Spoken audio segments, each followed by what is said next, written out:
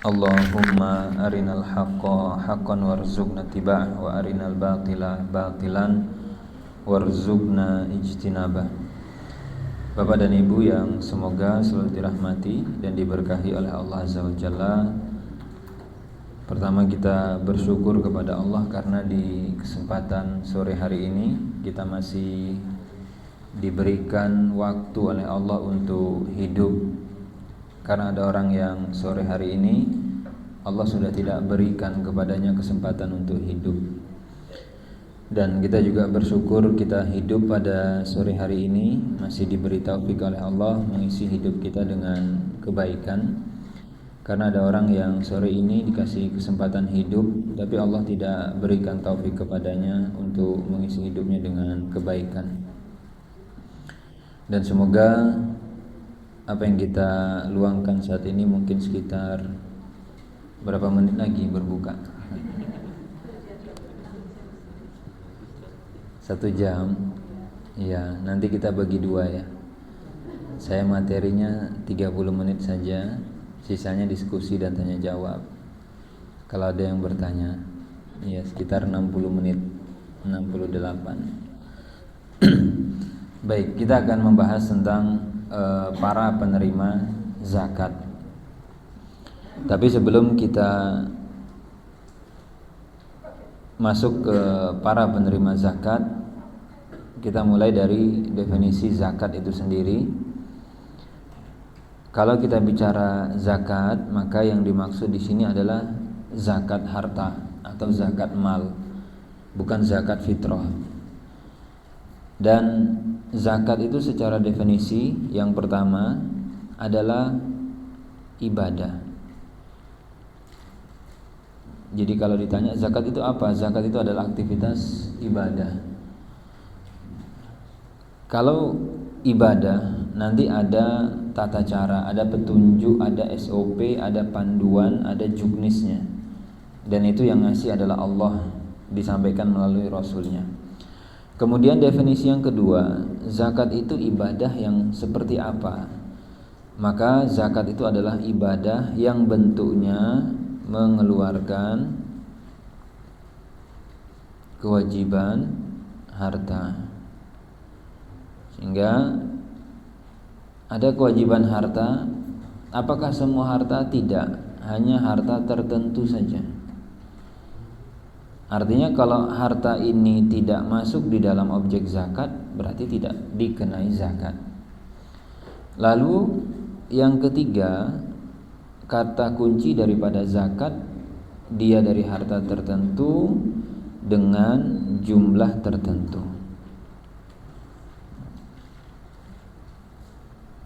Apa yang membedakan dengan infak? Apa yang membedakan dengan sedekah? Apa yang membedakan dengan wakaf? Sama dia ibadahnya ibadah harta, tapi kalau infak, wakaf, sedekah itu tidak ada pembatasan. Jadi boleh nggak infak taplak meja? Boleh. Boleh nggak infak kabel? Boleh. Sedekah apa? Jam, kipas angin? Boleh. Tapi boleh nggak zakat misalkan speaker gitu? Nah.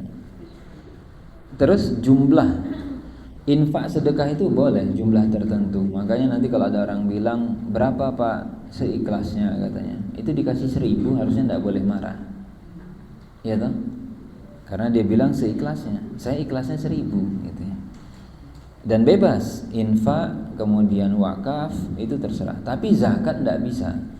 Karena sudah ditetapkan oleh syariat ada angkanya, minimal sekian, maksimal sekian misalkan, ya sudah itu yang harus dibayarkan.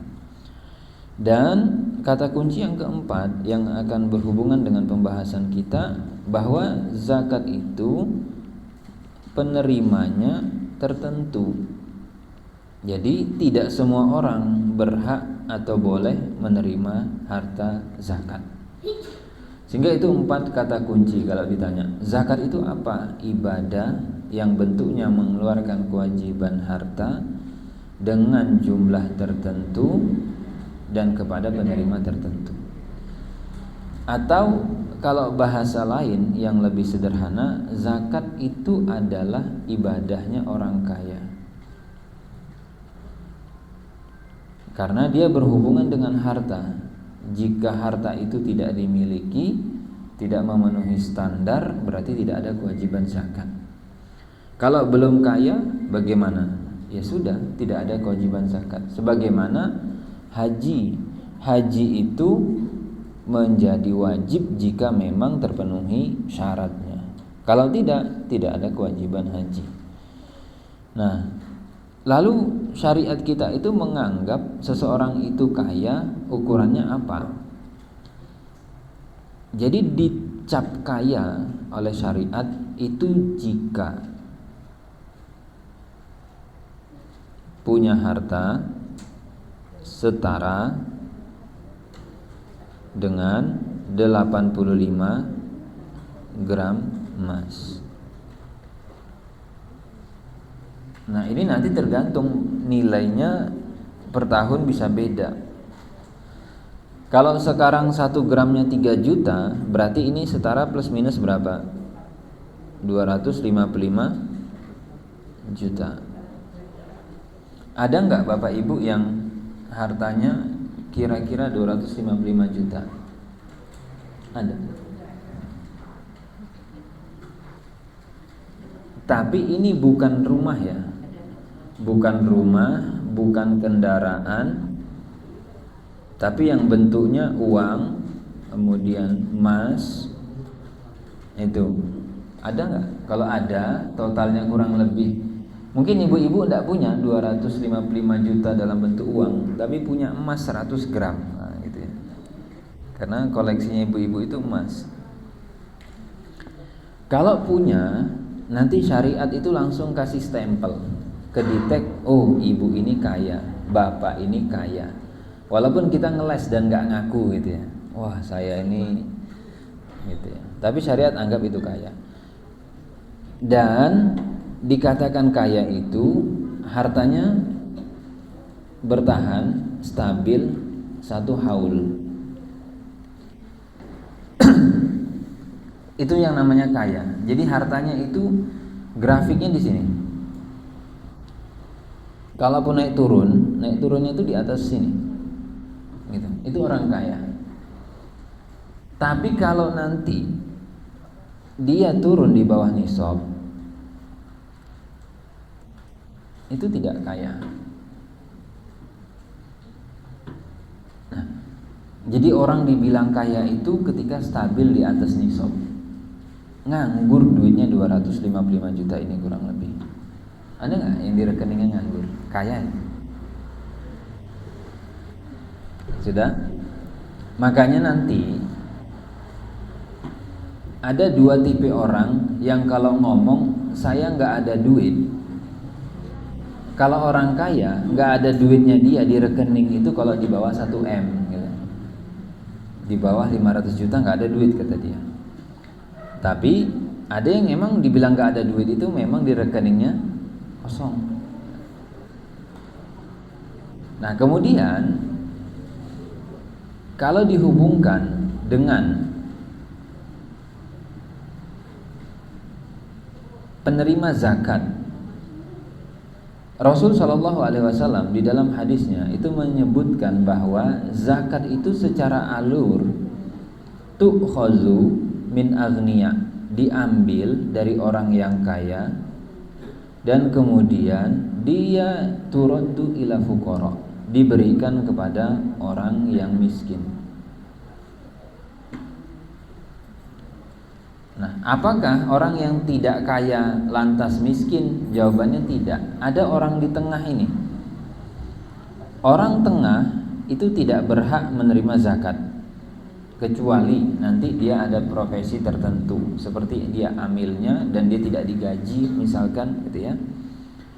Tapi secara default orang tengah itu tidak berhak dapat zakat, karena dia tidak wajib zakat tapi dia juga tidak miskin. Nah kemudian yang muncul khilaf atau perbedaan pendapat itu tadi terkait dengan standar kaya itu apa. Karena di dalam hadis itu disebutkan ada standarnya emas, ada standarnya perak. Dan Rasul menyebutkan acuannya 20 dinar dengan 200 dirham. Dahulu dinar dirham ini nilainya plus minus atau dia ekuivalen. Artinya kalau Bapak Ibu punya 20 dinar, itu bisa dipakai mendapatkan 200 dirham. Atau kalau punya 200 dirham itu bisa dapat 20 dinar. Ini kalau dikonversi menjadi gram, 1 dinar itu 4,25 kali 20 itu 85 gram emas. Kalau peraknya itu setara 595 gram. Sekarang kalau Bapak Ibu punya 595 gram perak, bisa nggak dapat 85 gram emas? Kira-kira bisa? Enggak. Yang ini tadi setara 255 juta. Sekarang perak itu per gramnya berapa kira-kira? Ada yang tahu nggak? Berapa? 50.000. Iya, 595 kali 50.000, ketemunya angka berapa ya? 29 juta. Dan kita anggap biar bulat 30 juta. Nah, ada khilaf, apakah kita menggunakan standar emas atau menggunakan standar perak untuk dikatakan wajib zakat. Dan ada yang berpendapat gunakan standar perak. Jadi kalau punya harta senilai dengan 595 gram perak atau sekarang 30 juta, itu wajib zakat. Alasannya adalah ini demi kemaslahatan orang miskin. Kalau orang punya 30 juta nganggur, suruh zakat, kira-kira banyak nggak yang kena zakat? Banyak. Tapi kembali lagi, filosofi apakah dia kaya atau tidak, mana yang lebih dekat? Gitu ya. Wallahu alam, saya condong ke yang emas. Jadi emas itu cenderung stabil, orang punya 255 juta dan itu tidak terganggu sesuai grafik ini. Nah, itu layak untuk dikatakan kaya. Dari mereka lah nantinya kewajiban zakat itu berasal. Ya, ini kalau ditanya khilafnya. Nah, kemudian yang berikutnya kita lihat penerima zakat. Yang pertama adalah fakir dan miskin. Tapi sebelum itu, zakat ini nanti defaultnya adalah untuk kebutuhan pokok.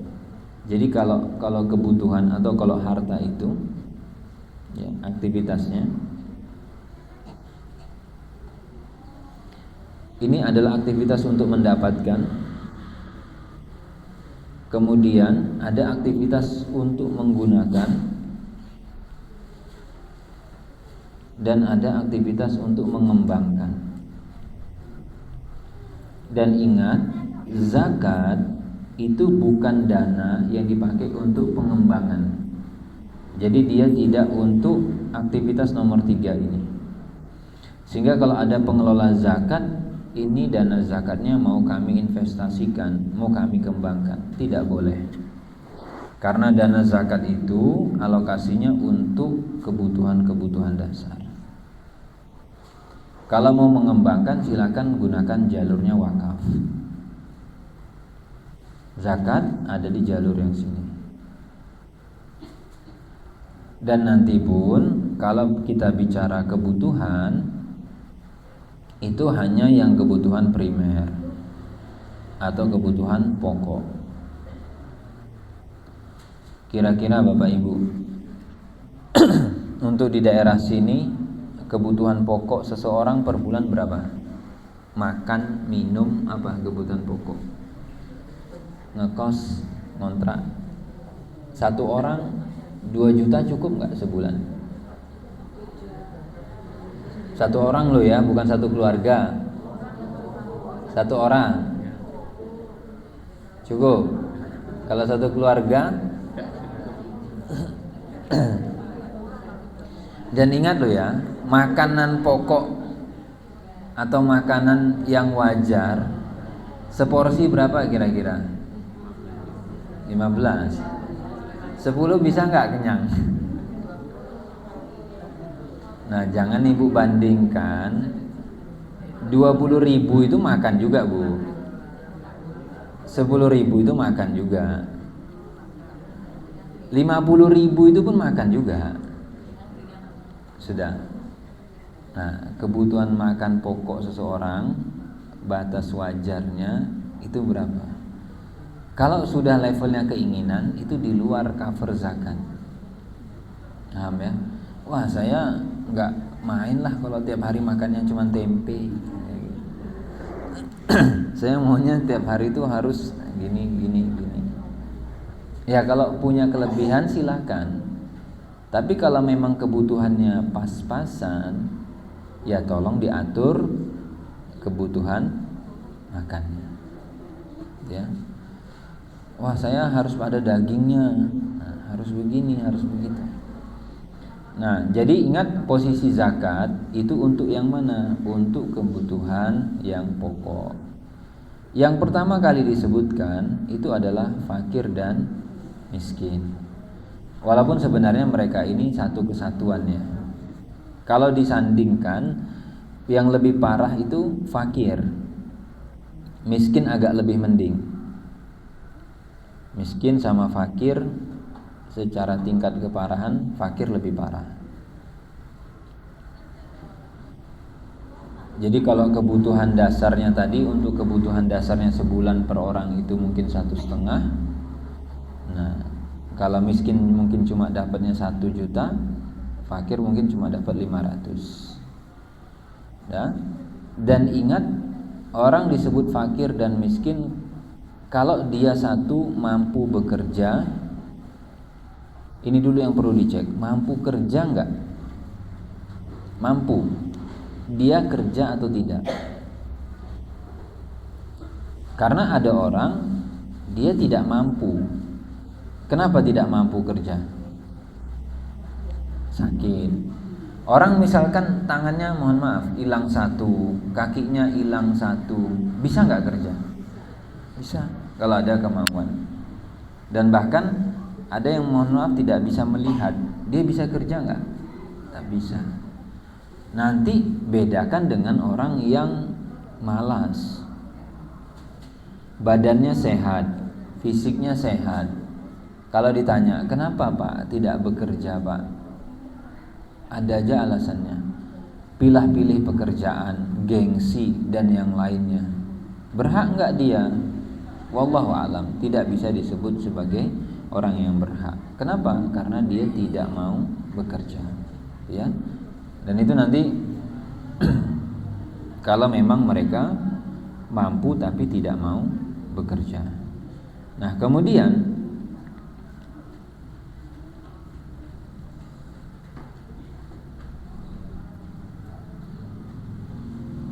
kalau ditanya berapa porsi atau berapa jatah yang kita berikan kepada fakir atau miskin, untuk Malikiyah, Hanabilah dan Syafi'iyah, mereka mengatakan yang diberikan adalah kifayah sana, jatah dia untuk nafkah 1 tahun.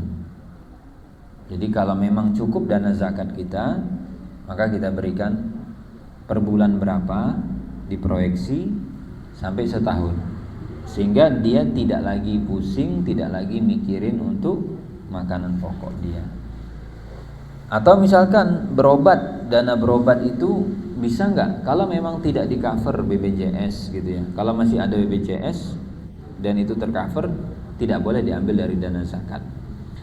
Ya, tapi kalau di luar itu dan akhirnya dia harus terlilit utang dan yang lain, maka boleh. Kalau umroh boleh nggak pakai uang zakat? Tidak boleh, karena umroh itu bukan kebutuhan pokok, bukan kebutuhan dasar.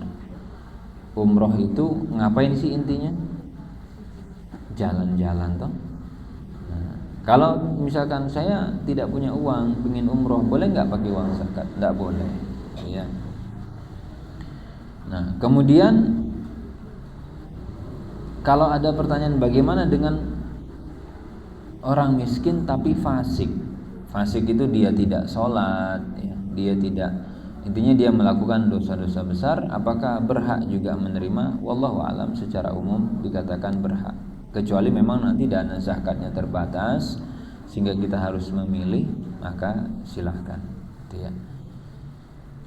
Ini yang pertama, fakir dan miskin, 1 dan 2. Kemudian yang berhak lagi yang menerima zakat, dan Rasul di kesempatan yang lain itu menyebutkan orang kalau dia beneran miskin, beneran fakir, biasanya tidak keluar-keluar, ya.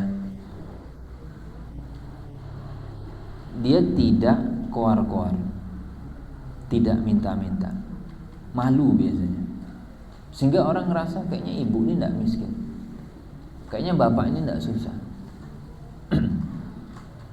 Dia akan mengerjakan apapun yang dia bisa kerjakan, sampai kadang kita itu malu sendiri melihat orang ini. Pernah nggak kita di ketika jalan gitu, ada ngelihat simba-simba udah jam 9 malam bawa apa, pikulan, dia jual tahu, jual apa gitu. Kira-kira orang ini kaya nggak? Berapa sih dapat dari jual tahu itu? Kalau misalkan tahunya laku semua, kira-kira ada nggak 500.000? Nggak ada. Sehingga bisa jadi orang yang ngemis-ngemis, yang minta-minta, itu justru tidak disebut miskin dan kaya. Makanya kan beberapa kali ada sempat orang buka ini ya, penghasilan dari mereka-mereka yang menjadikan mengemis itu sebagai profesi, angkanya tidak kecil. Sehingga indikator paling dasar yang dilihat tadi, cek orang ini mampu bekerja atau tidak. Mampu, sudah totalitas atau belum, kan gitu. Oh iya, dia mampu dan dia sudah totalitas, tiap hari pagi sore kerja, tapi memang segitulah dapatnya. Beda dengan yang malas. Ini kaidah dasar kalau melihat standarnya miskin atau fakir. Kemudian yang berikutnya adalah orang yang terlilit utang, gharimin. Ada nggak di sini yang terlilit utang? Tidak ada. Ada nggak di sini yang uangnya dipinjam belum dibalikin?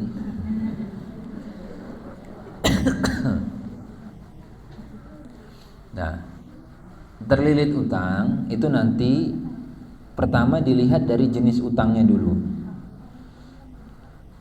Kalau utangnya haram, ini tidak berhak menerima zakat. Apa contoh utangnya haram?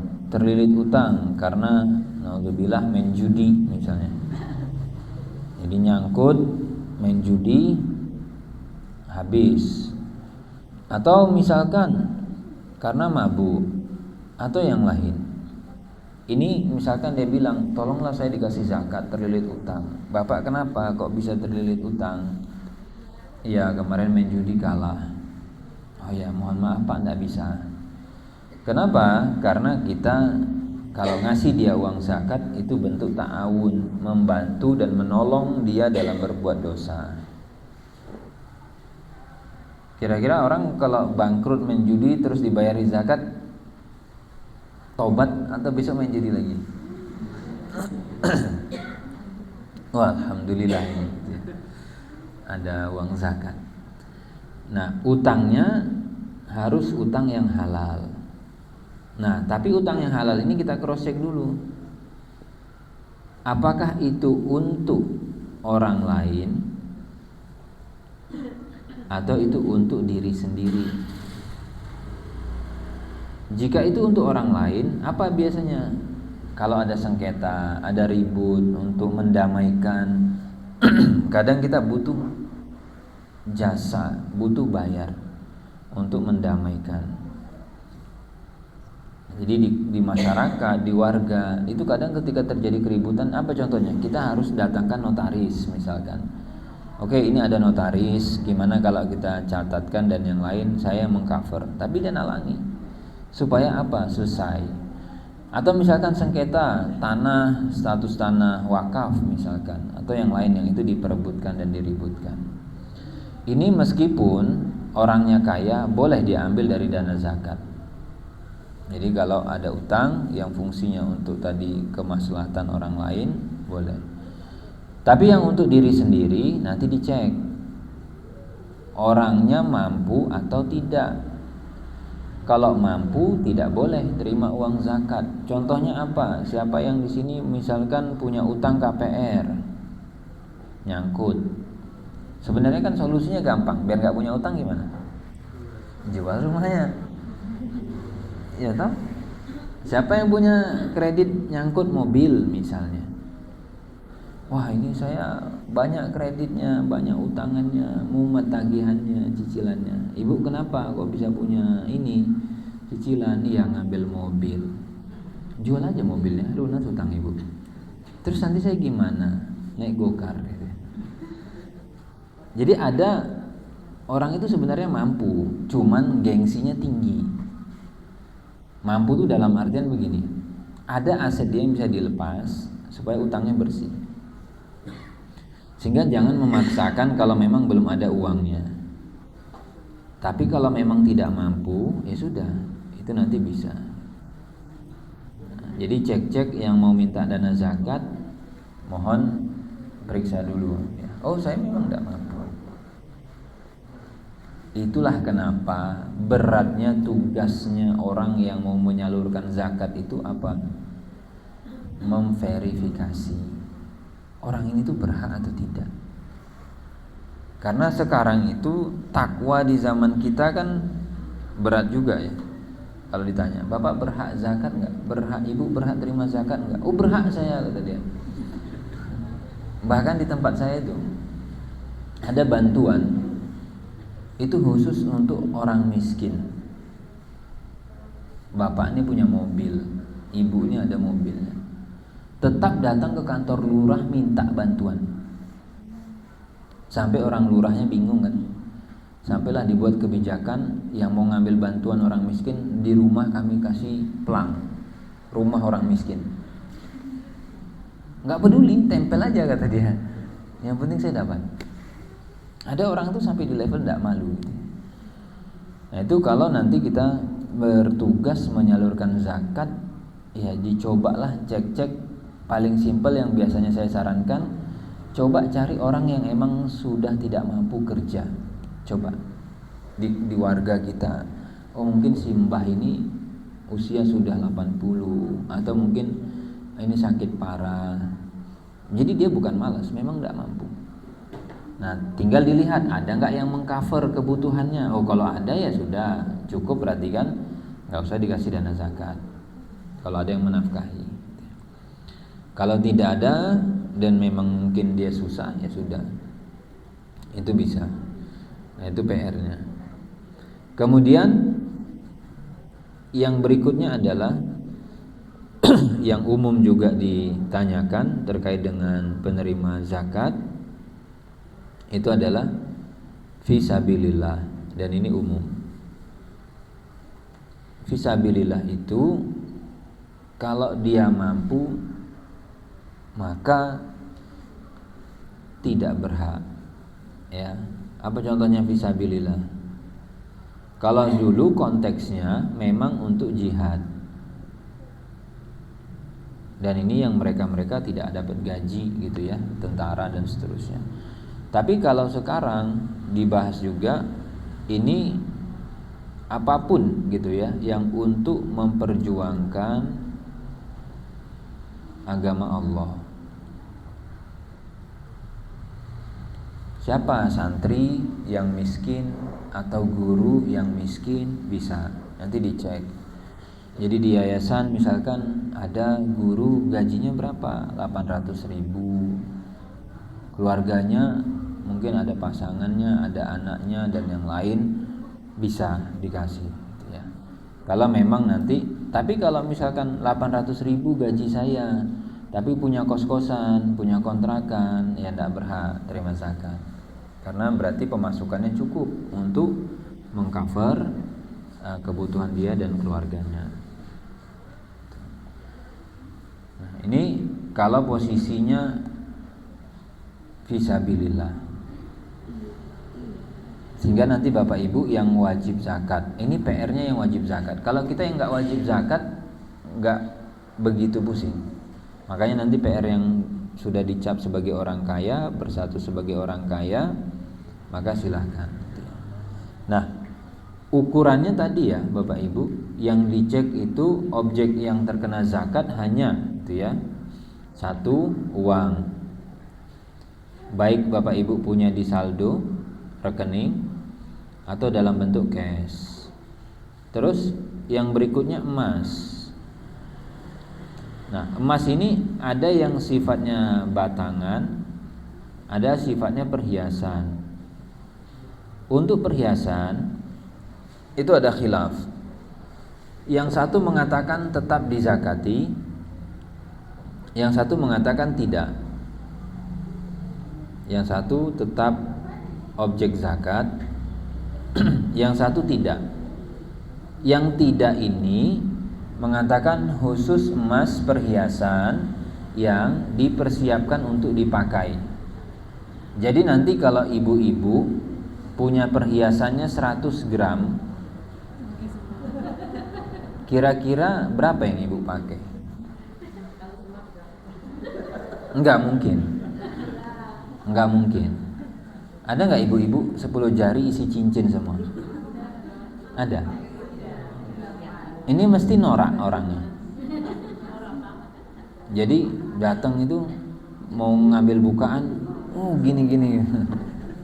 Enggak, normalnya orang itu pakai cincin, perhiasan berapa? 2. Kalau nanti satu jari tumpuk 2 paling 4. Iya kan? Atau mungkin 4 itu 2 di kiri, 2 di kanan. Sehingga kayaknya 100 gram itu akan ada yang dia itu dipakai untuk apa? Disimpan atau cuman lapar mata doang gitu kan, atau untuk tabungan. Kalau yang seperti itu sepakat itu kena zakat. Jadi tinggal dicek ibu-ibu punya stok perhiasan berapa gram, dan yang emas saja.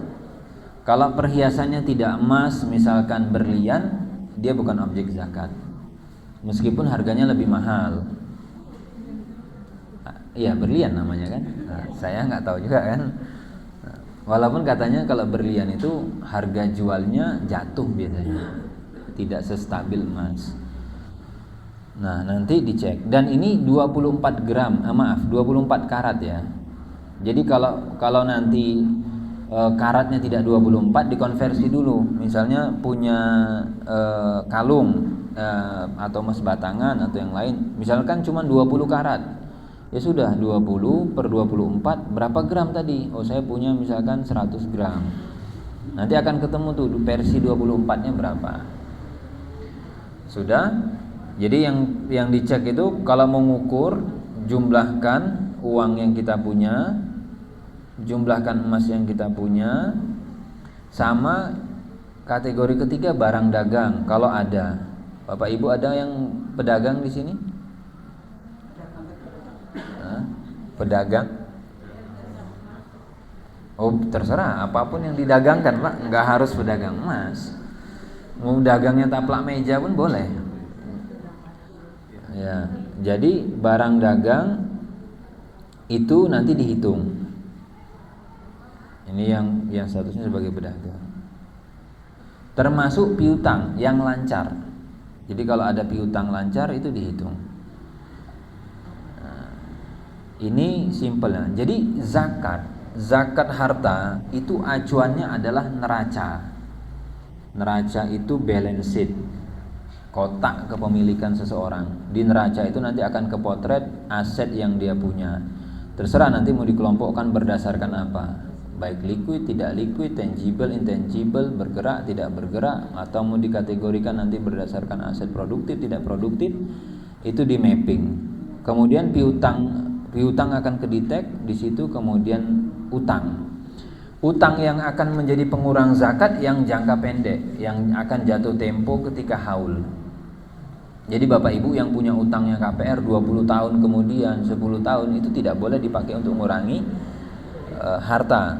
Makanya di neraca seseorang itu nanti setelah aset dikurangi dengan liabilitas akan ketemu net worth-nya, angka bersihnya berapa, itu kekayaan dia. Tapi apakah semua yang ada di neraca pribadi atau di kotak kepemilikan itu jadi objek zakat? Jawabannya tidak. Makanya akan berbeda neraca pribadi dengan neraca zakat. Bapak Ibu yang tidak tahu istilah keuangan, neraca itu apa? Kotak kepemilikan, kekayaan kita gitu ya. Jadi zakat itu bukan berdasarkan cash flow. Zakat itu tidak mengacu kepada arus kas. Karena ada orang gajinya gede tapi dia tidak bisa saving, dia tidak bisa simpan. Per bulan berapa Pak gaji? 20 juta. Besar Pak ya. Berapa bisa nyabung Pak tiap bulan? Wah, saya malah tombok, pengeluaran saya 25 katanya. Sehingga yang masuk di dalam neraca zakat itu nanti hanya item-item tadi. Jadi kalau Bapak Ibu punya rumah, rumah itu kepeta dia di sini. Masuk di neraca jenengan, ada rumah. Tapi apakah rumah jadi objek zakat? Tidak. Jenengan punya mobil, masuk di neraca pribadi. Tapi apakah dia ketarik ke neraca zakat? Tidak. Baru kemudian nanti uang. Loh, kalau misalkan punya rumahnya 5, masuk rumah 5 nggak kena zakat? Iya, enggak. Terus kalau punya mobilnya 10, masa nggak ada zakat? Enggak. Ada yang mobilnya 10 di sini?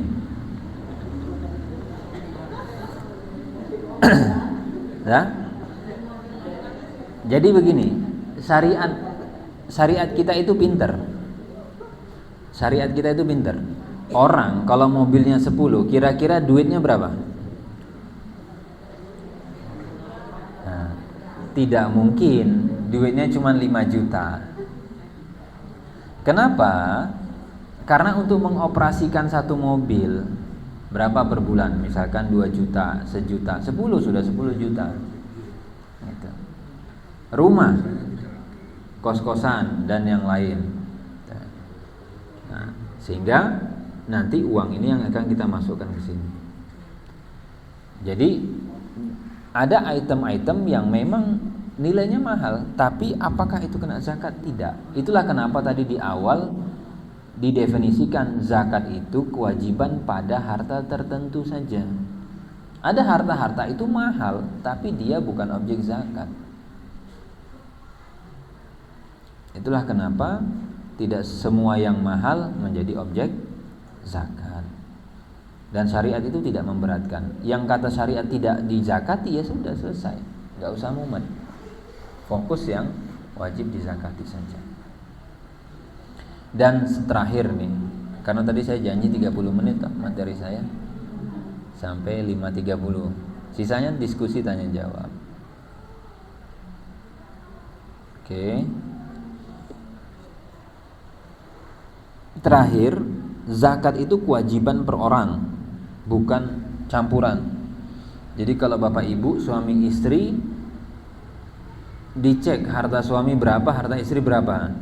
Jadi zakat itu perorangan. Sehingga akan muncul 4 kemungkinan. Suaminya wajib zakat, istri tidak. Atau sebaliknya, suaminya tidak wajib, istri wajib zakat. Mungkin nggak yang begini? Mungkin. Bapak-bapak gajinya UMR, habis toh. Nah, istrinya jualan dan yang lain. Kan yang menanggung nafkah si suami, laki-laki. Uang istri utuh.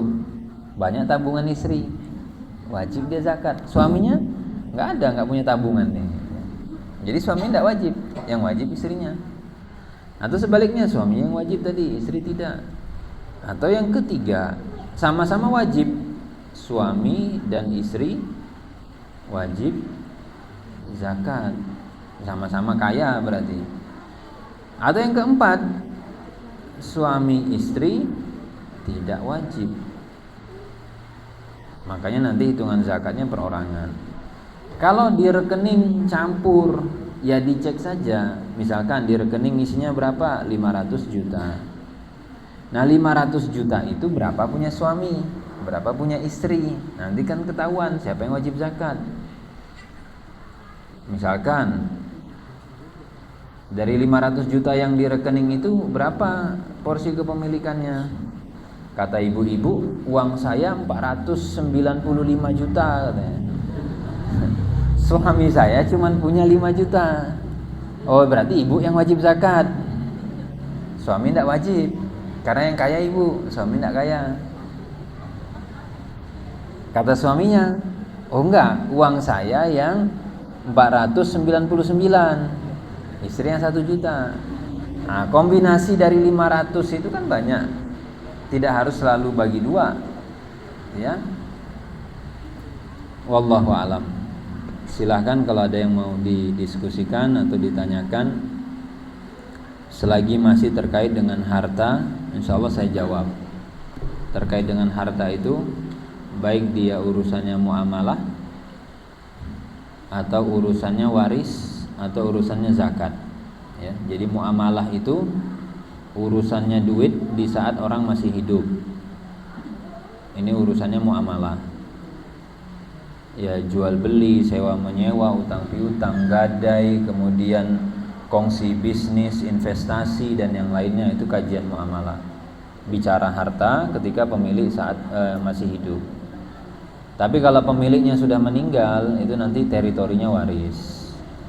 Yang warisannya nyangkut, atau punya warisan belum dibagi-bagi, atau rebutan warisan, atau ada jamaah mau bagi harta waris ke yang hadir, boleh. Nah, itu waris setelah meninggal. Wallahu a'lam. Baik, silakan.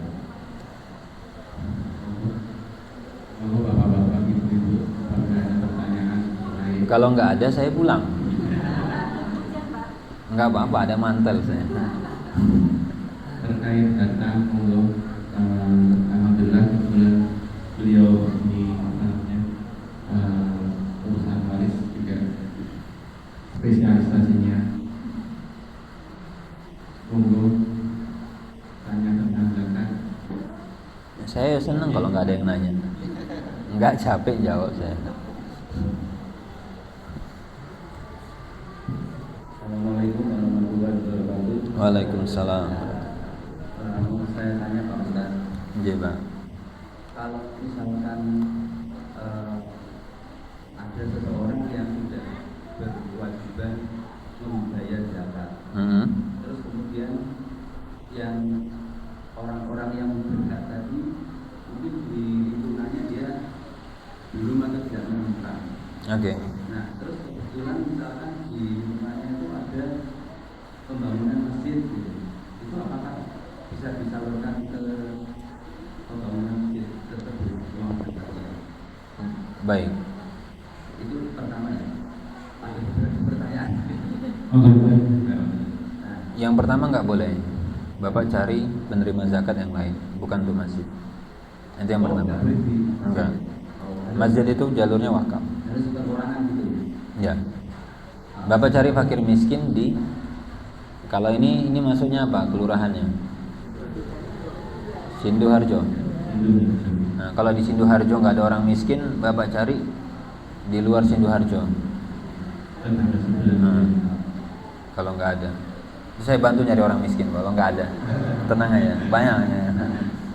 Terus yang kedua, misalkan juga tempat disinggung memiliki emas batangan. Nah, itu kan pasti ada nisabnya ya. Iya. Nah, kalau saya 80 gram kalau nggak salah.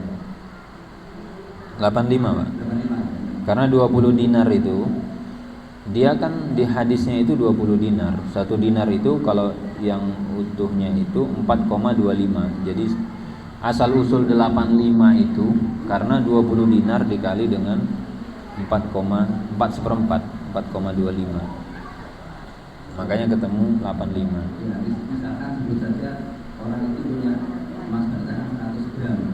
Ini kan sudah wajib dizakati. Nah, dia punya emas batangan 100 gram.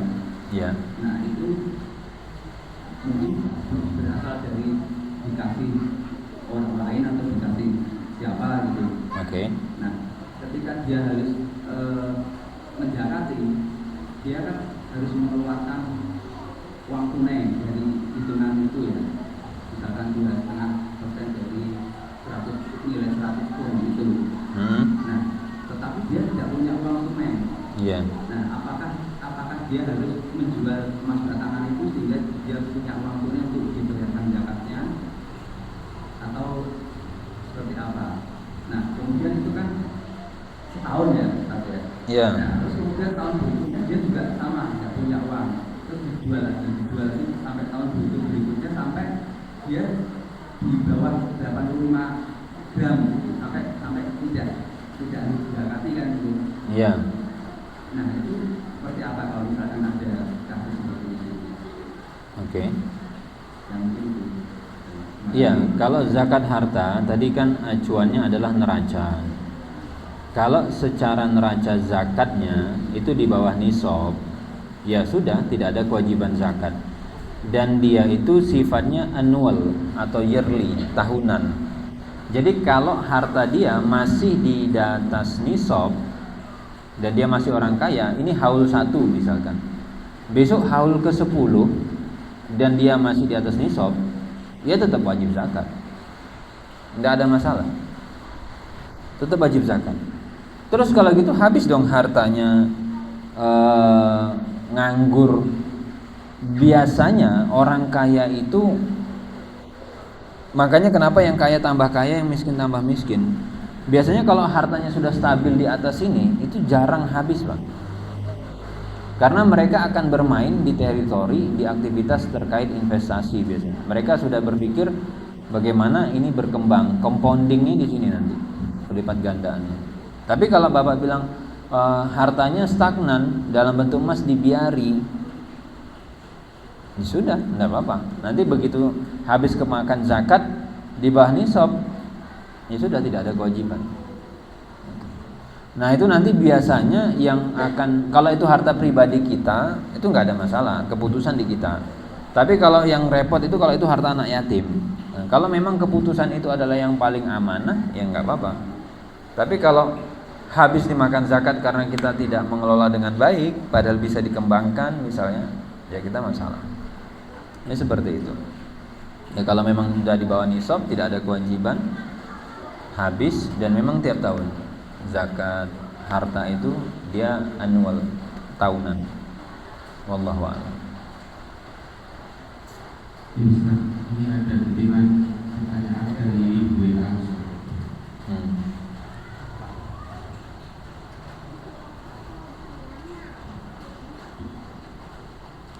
Dalam usaha perdagangan, apakah uang modal buat gulakan dan uang yang dipakai buat operasional juga termasuk objek kena zakat?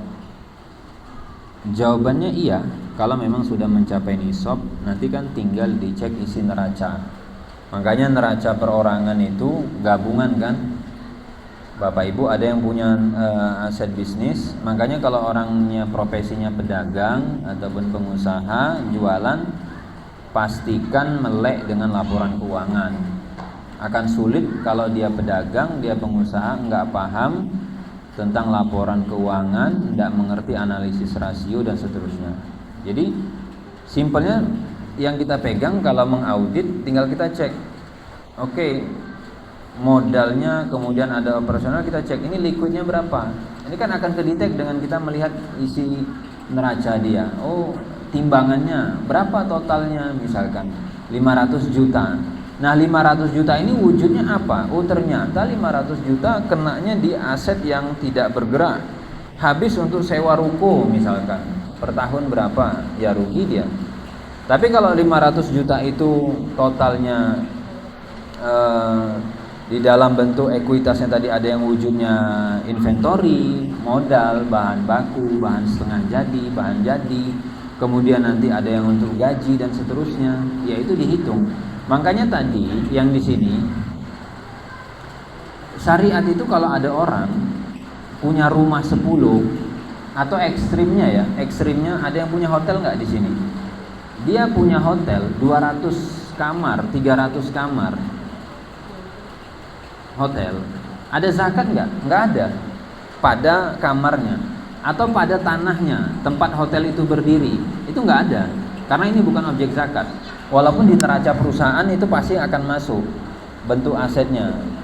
Kalau satu kamar ada satu TV berarti 300 TV. Satu kamar ada satu bed 300 bed. Tapi yang akan dilihat adalah uangnya. Kira-kira kalau dia punya 300 kamar, berapa karyawannya? Kira-kira kalau gaji satu karyawannya pukul rata 5 juta, sudah berapa untuk gaji? Makanya syariat akan cek di sini. Kemudian yang kedua, apakah dana Basnas yang diberikan untuk bantuan modal usaha itu halal untuk orang yang tidak termasuk fakir miskin? Saya nggak tahu skema yang dia gunakan apa. Karena Basnas itu setahu saya dia meyakini zakat produktif. Makanya tadi saya singgung sedikit, sebenarnya zakat itu bukan aset yang diproduktifkan. Dan itu dikritisi oleh para ulama. Jadi zakat itu untuk sesuatu yang habis pakai. Kalau mau bermain di compounding atau investment itu pakai toolnya itu pakai wakaf. Instrumennya instrumen wakaf, bukan zakat. Makanya aktivitas terkait harta itu kan cuma 3 saja. Aktivitas untuk mendapatkan, aktivitas menggunakan, dan aktivitas mengembangkan. Orang akan berpikir untuk pengembangan kalau memang yang pokoknya sudah tercukupi. Nah, saya nggak tahu antara si Basnas dengan penerima dana ini apa hubungannya. Apakah orang ini disuruh mengelola dana zakat untuk diinvestkan atau seperti apa, atau memang itu bantuan untuk dia dan itu dari dana zakat. Kalau itu dari dana zakat dikasih kita ya tidak boleh kalau kita tidak berhak.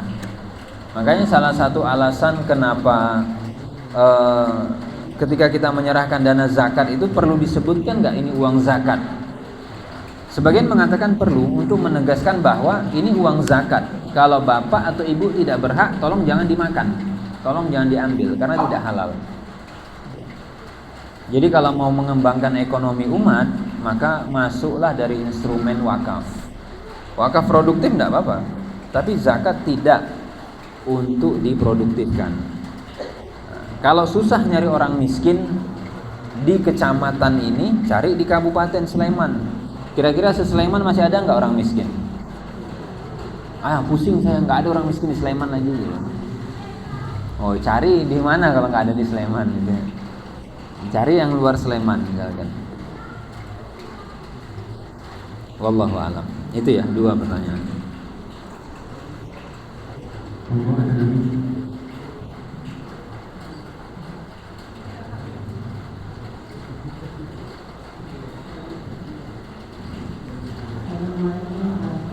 Waalaikumsalam.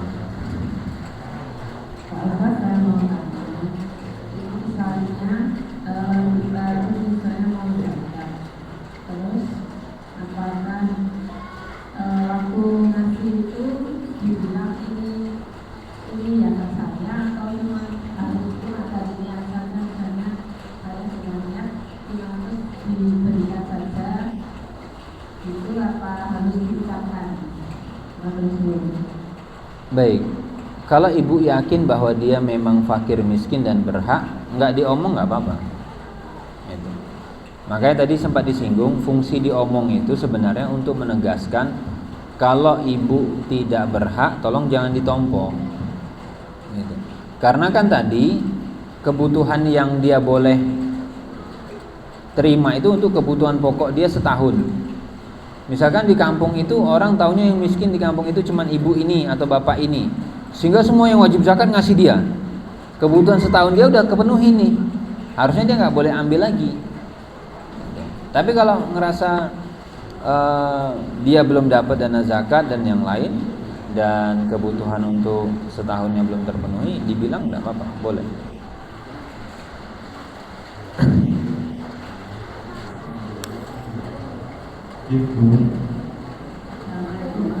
Waalaikumsalam.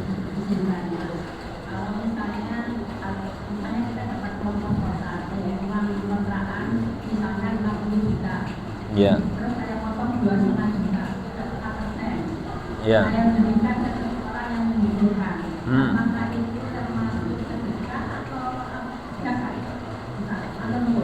Harta ibu sampai nisab atau tidak? Iya. Harta ibu totalnya berapa? Harta ibu, keseluruhan harta ibu, uang ibu berapa? Iya. Jadi begini, zakat itu dari total yang ibu punya. Jadi kalau total uang ibu tambah emas ibu itu tidak mencapai nisab, berarti itu tidak zakat namanya. Sedekah, infak. Nah, sedekah, kalau sedekah bebas, nggak ada ketentuan. Nggak ada. Ini kota infak masjid apa ada persentase? Nggak ada. Bebas saja.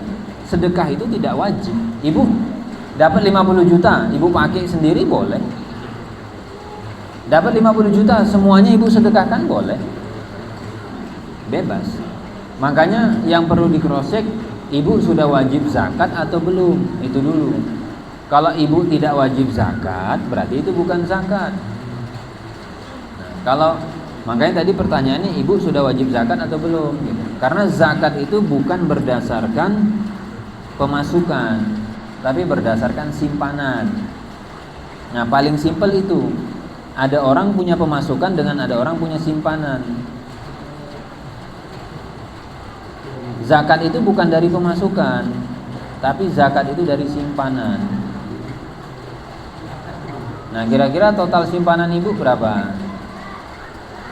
Oh, sampai di atas 85 gram emas atau setara. Oh, berarti ibu wajib zakat. Kalau wajib zakat, ada kewajibannya 2,5%.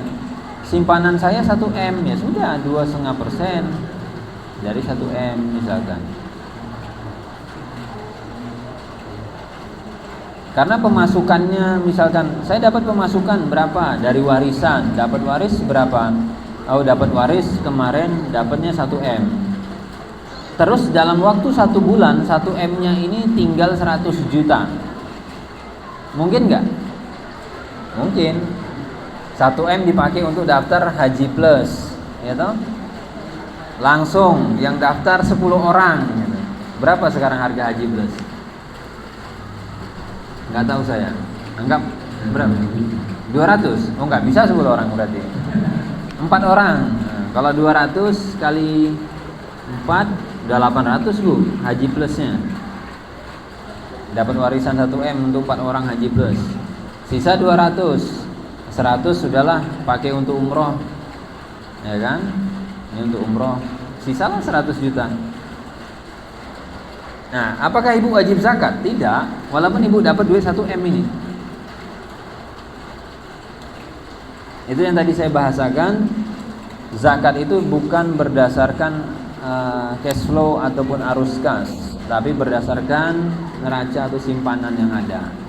Kalau ini tidak menjadi simpanan, ya sudah tidak ada kewajiban zakat. Wallahu a'lam.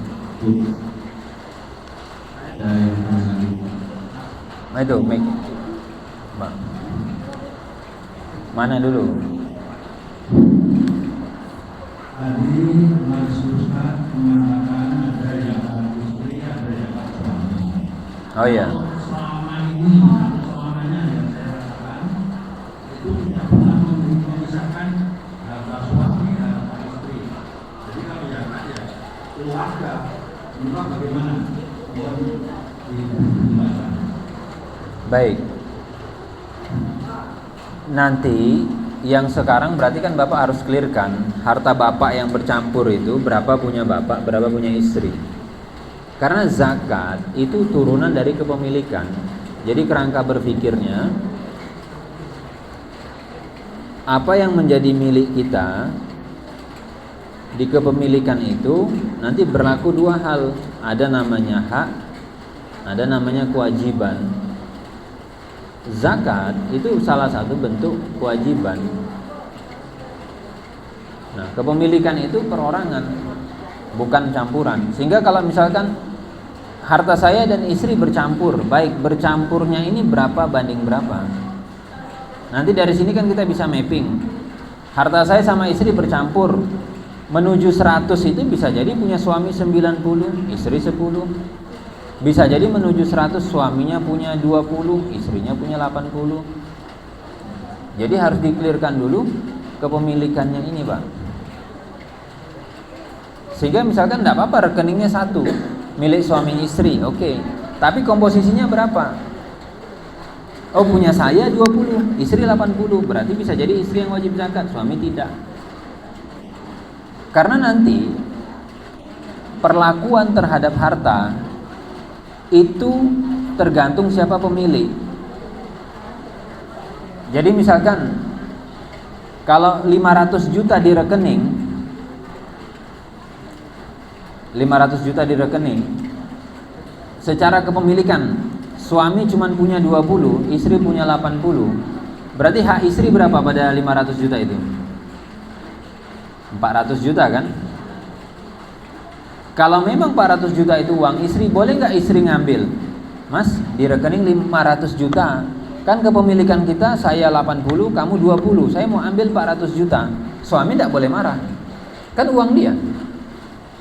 Kenapa suami marah? Kan begitu. Ya terserah deh, ambil aja 400 juta. Kan uang kamu toh 400 juta. Terus sama istrinya dipakai apa? Terserah. Kan uang dia, yang penting bukan haram, nggak apa-apa. Jadi dari sekarang yang minimal Bapak harus clearkan dulu komposisi ini menuju 100 itu berapa banding berapa. Kalau 50 banding 50 misalkan, ya tinggal kita lihat berapa neraca zakatnya. Sebenarnya suami istri ini sudah wajib zakat atau belum. Kalau misalkan ini terpisah tidak wajib, ya tidak ada kewajiban. Jadi dia bukan gabungan. Jadi misalkan uang saya 200, uang istri 200, digabung 400. 400 sampai nisab ada zakat. Tapi kalau sendiri tidak, ya tidak ada kewajiban zakat. Karena ya uang suami cuma 200, uang istri cuma 200. Ini tidak mencapai 85 gram emas. Jadi syariat itu mudah, Pak. Tidak apa-apa, mau dicampur tidak apa-apa. Yang penting clear dulu persentasenya. Kalau nggak clear, nah ini yang bikin masalah nanti. Nggak apa-apa, boleh. Yang penting clear aja persentasenya. Nah, kenapa nanti masalah waris? Ini nanti merembetnya ke waris, Pak. Kenapa banyak keributan di masalah waris? Karena waktu suami istri masih hidup, itu kepemilikan tidak jelas. Saya pernah tanya, Pak, suami istri masih hidup. Saya bilang, rumah ini dulu belinya pakai uang siapa? Saya bilang. Kata istri, DP-nya pakai uang saya. Karena yang punya tabungan istri. Yang nyicil suami. Nah, kira-kira rumah ini punya siapa? Sertifikat nama istri.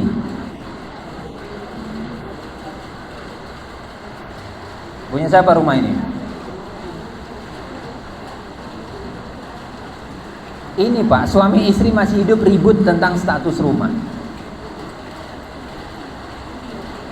Kalau sertifikatnya nama suami, makanya jangan heran ketika ada yang meninggal salah satu, pasangannya bilang nggak ada bagi waris kalau saya masih hidup. Kenapa? Karena dia ngerasa itu punya dia semua. Dan itu kesalahan fatal. Nah, jadi PR-nya nanti Bapak Ibu pulang tolong diklirkan dulu. Berapa punya kamu, berapa punya saya? Kalau kata istrinya, ya enggak apa-apa Mas, kamu 0, saya 100%.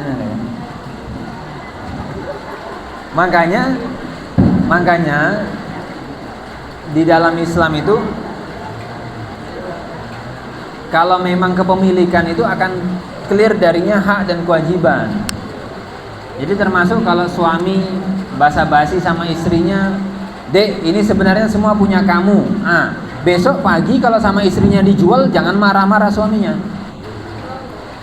Kalau suaminya bilang, "Masmu ini tidak punya apa-apa, orang semuanya punya kamu."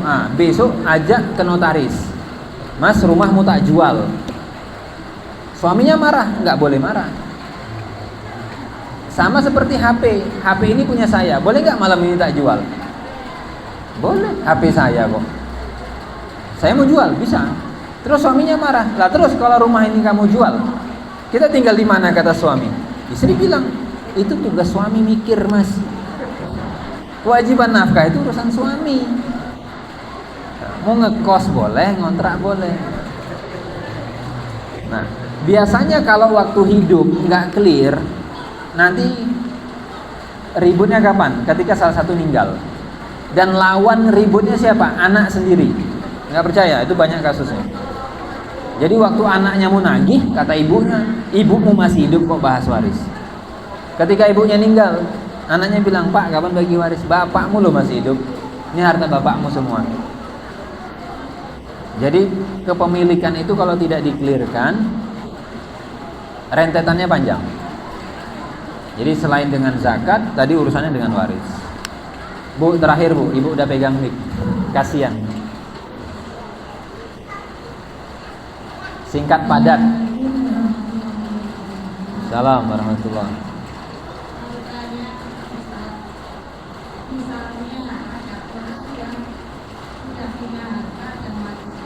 Oke.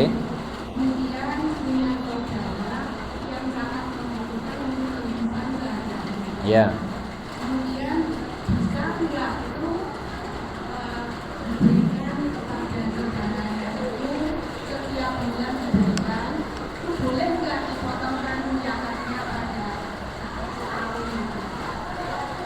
Boleh. Kalau posisi saudara tidak wajib dinafkahi. Dicek orang itu adalah orang yang wajib kita nafkahi atau tidak. Kalau dia tidak wajib dinafkahi, boleh terima zakat dari kita.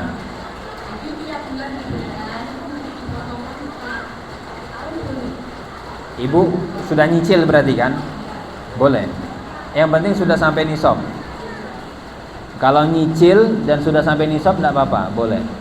Tapi kalau nisabnya nggak nyampe, tapi ibu harus kalkulasi begitu haul di tahun depan, total harta ibu di sini berapa, kewajiban berapa, kemarin yang sudah dibayarkan berapa, kekurangannya berapa.